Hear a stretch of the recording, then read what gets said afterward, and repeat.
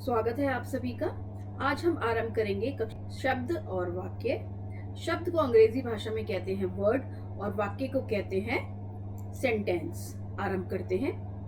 पिछले अध्याय में आप वर्णों के विषय में पढ़ चुके हैं। जब वर्णों को एक उचित क्रम में जोड़ा जाता है तो क्या बन जाता है? तो एक शब्द बन जाता है जिनका कोई न कोई अर्थ अवश्य होता है। जब हम वर्णों को एक सही क्रम में सही तरीके से जोड़ देते हैं तो वो क्या बना देते हैं? वो शब्द बना देते हैं। यानी वर्णों का सही तरीके से क्रम में जोड़ा जाना क्या बनाता है? शब्द बनाता है, और जिसका कोई ना कोई अर्थ यानी मतलब जरूर होता है। आगे पढ़ेंगे। देखिए तथा पढ़कर समझिए। आप देख सकते हैं यहाँ पर एक चित्र दिया गया है। तो किसका चित्र दिया गया है? लड़का। अगर उसमें हम देखें 3 वर्ण से बना हुआ है, ला जमा डा जमा क, तो क्या बना? लड़का। सही अर्थ है। और अगर हमने इन्हीं वर्णों को उलट पुलट कर दिया तो क्या बना? काडल। काडल का कोई भी अर्थ नहीं होता। तो हमने क्या समझा कि अगर हम वर्णों को उचित क्रम में जोड़ते हैं तभी हमें एक अर्थ वाला शब्द मिलता है जिसका कोई ना कोई मतलब जरूर होता है। दूसरा उदाहरण देखेंगे। क जमा बा बू जमा त जमा र कबूतर सही अर्थ है। और अगर हमने वर्णों को उलट पुलट कर दिया तो क्या बना? बुतकर, जो कि अटपटा शब्द है जिसका कोई भी अर्थ नहीं है। तो आगे समझेंगे। आपने देखा कि ऊपर लिखे शब्दों लड़का तथा कबूतर से उनका अर्थ स्पष्ट रूप से समझ में आ रहा है, लेकिन काडल तथा बूतकर शब्दों से उनका कोई भी अर्थ समझ में नहीं आ रहा है, कोई भी अर्थ स्पष्ट नहीं हो रहा। तो इस प्रकार लड़का तथा कबूतर शब्द कैसे हैं? वो एक सार्थक शब्द समूह है, जबकि काडल और बुतकर केवल वर्ण समूह है, शब्द नहीं। तो आपने क्या देखा कि जो लड़का और कबूतर शब्द है वो कैसे शब्द हैं? वो एकदम सार्थक है, जिनका कोई ना कोई मतलब है। और काडल और बुतकर सिर्फ वर्ण समूह है, वो सार्थक शब्द समूह नहीं है। तो इसलिए हमने क्या समझा?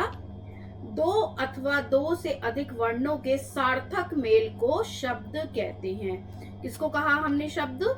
जो अधिक या 2 वर्ण से मिलकर जो शब्द बनता है, जो मेल बनता है, उसको हमने शब्द कहा है। अब आगे पढ़ेंगे हम। शब्द के कितने प्रकार होते हैं? शब्द के प्रकार। शब्द 2 प्रकार के होते हैं, सार्थक शब्द, निरर्थक शब्द।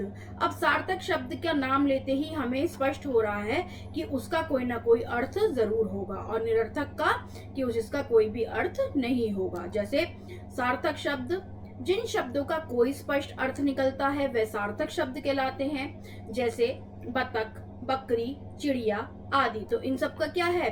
एक सार्थक शब्द का ये उदाहरण है। आगे पढ़ेंगे। निरर्थक शब्द, जिन शब्दों का कोई अर्थ नहीं निकलता वह निरर्थक शब्द कहलाते हैं। जैसे खतब, रिबक, याड़ीची आदि। तो ये सब क्या है? ये सिर्फ वर्णों का समूह है, ये कोई भी सार्थक शब्द नहीं है, और ये उदाहरण है निरर्थक शब्द के। आगे देखेंगे, वाक्य के बारे में पढ़ेंगे। देखिए तथा पढ़कर समझिए। लक्ष्य जमा पढ़ जमा रहा जमा है। तो क्या बना?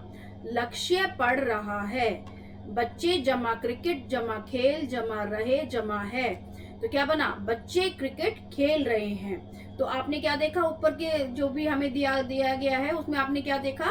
ऊपर आपने देखा कि कई शब्दों के मेल से वाक्य बनते हैं, परंतु इन शब्द समूह का कोई ना कोई अर्थ अवश्य निकलना चाहिए। यदि इन वाक्यों को इस प्रकार से लिखें तो पढ़ है लक्ष्य रहा, तो कोई भी अर्थ नहीं है, अटपटा लगेगा आपको सुनने में भी और लिखने में भी। रहे क्रिकेट है खेल बच्चे, तो कोई अर्थ नहीं है। तो जो शब्दों का जो सार्थक मेल है वही वाक्य बनाता है और वही वाक्य कहलाता है। तो इन शब्द समूहों को पढ़ने पर कोई अर्थ नहीं निकलता, इसलिए ये वाक्य नहीं है। तो अतः हमने क्या समझा? शब्दों के सार्थक मेल को वाक्य कहते हैं। क्या कहते हैं? शब्दों के सार्थक मेल को वाक्य कहते हैं। तो हमने इस अध्याय में क्या क्या सीखा? 2 या 2 से अधिक वर्णों के सार्थक मेल को शब्द कहते हैं। शब्द कितने प्रकार के होते हैं? शब्द 2 प्रकार के होते हैं, सार्थक तथा निरर्थक। शब्द बनाने के लिए वर्णों तथा मात्राओं का क्रम उचित होना आवश्यक है, और शब्दों के सार्थक मेल को क्या कहते हैं? वाक्य कहते हैं। अब हम अभ्यास की ओर बढ़ेंगे। आओ करके देखें। सही विकल्प पर सही का निशान लगाना है आपने। तो देखते हैं पहले, वर्णों के सार्थक मेल को कहते हैं शब्द। वर्णों के सार्थक मेल को हमने क्या कहा है? शब्द कहा है। तो यहाँ पर शब्द हमारा बिल्कुल सही विकल्प है, पहला विकल्प हमारा सही है। दूसरा देखेंगे, जिन शब्दों का कोई अर्थ नहीं निकलता वह क्या कहलाते हैं? वह कहलाते हैं निरर्थक शब्द, यानी बिना किसी अर्थ के शब्द। तो उसको हमने यहाँ पर टिक किया, तो दूसरा विकल्प हमारा सही है। तीसरा, लेखक शब्द बना है। लेखक कहाँ कौन कौन से वर्ण से मिलके बना है? ले जमा ख जमा क, तो लेखक शब्द बना है। तो पहला विकल्प यहाँ पर बिल्कुल ठीक है। अब देखेंगे चौथा, निम्नलिखित में से सार्थक शब्द कौन सा है? कमल, लकम या लमक। तो आपको सुनने में कौन सा सार्थक शब्द लग रहा है? कमल।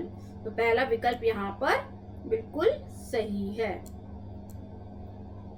आगे बढ़ेंगे, शब्दों के सार्थक मेल को कहते हैं वाक्य। तीसरा विकल्प यहाँ पर बिल्कुल सही है। अब आगे बढ़ेंगे, खा देखेंगे, वर्णों को उचित क्रम में लिखकर सार्थक शब्द बनाने हैं। यहाँ पर हमें वर्ण उलट पुलट करके दिए गए हैं, आपको सही क्रम में लगाकर उनको लिखना है। तो पहला क्या बनेगा? फूल, फूल। दूसरा देखेंगे, हमल लिखा है तो क्या बनेगा? महल, महल। बंदर, तीसरा शब्द बनेगा बंदर। देखेंगे, कोयल, हाथी, ढोलक, रोटी, लड़की। तो हमने क्या किया? जो वर्णों को उचित क्रम में लिखकर एक सार्थक शब्द बना दिया। अब देखेंगे ग देखेंगे, सत्य कथन पर सही तथा असत्य पर क्रॉस का निशान लगाना है, गलत का निशान लगाना है। तो पहला, शब्द वर्णों के सार्थक मेल से बनते हैं, बिल्कुल ठीक। दो, शब्द 3 प्रकार के होते हैं, बिल्कुल गलत। निरर्थक और सार्थक शब्द होते हैं, यानी 2 प्रकार के होते हैं। तीसरा देखेंगे, निरर्थक शब्दों का स्पष्ट अर्थ होता है, नहीं, बिल्कुल गलत, उनका कोई भी अर्थ नहीं होता। चौथा प्रश्न देखेंगे, इसमें किसान एक सार्थक शब्द है, बिल्कुल ठीक। पांचवा देखेंगे, शब्दों को किसी भी क्रम में रखने पर वाक्य बन जाता है, ये बिल्कुल गलत है। सही क्रम पर रखेंगे तभी वो वाक्य बनेगा। गा देखेंगे, निम्नलिखित प्रश्नों के उत्तर दीजिए। शब्द किसे कहते हैं? 2 या 2 से अधिक वर्णों के सार्थक मेल को शब्द कहते हैं। सार्थक शब्द किसे कहते हैं? कि जिन शब्दों का कोई ना कोई स्पष्ट अर्थ निकलता है वह सार्थक शब्द कहलाते हैं, जैसे बत्तख, बकरी, चिड़िया आदि। वाक्य किसे कहते हैं? शब्दों के सार्थक मेल को हम क्या कहते हैं? वाक्य कहते हैं। तो इस अध्याय में हम इतना ही पढ़ेंगे। आशा करती हूँ आप सभी को समझ में आएगा। बहुत बहुत धन्यवाद।